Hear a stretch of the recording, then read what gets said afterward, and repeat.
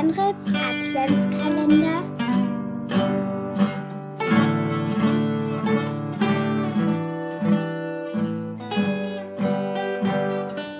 Türchen 14. Peter fragt, hast du jetzt eine feste Freundin? Paul antwortet, nee, immer noch die Wabbelige.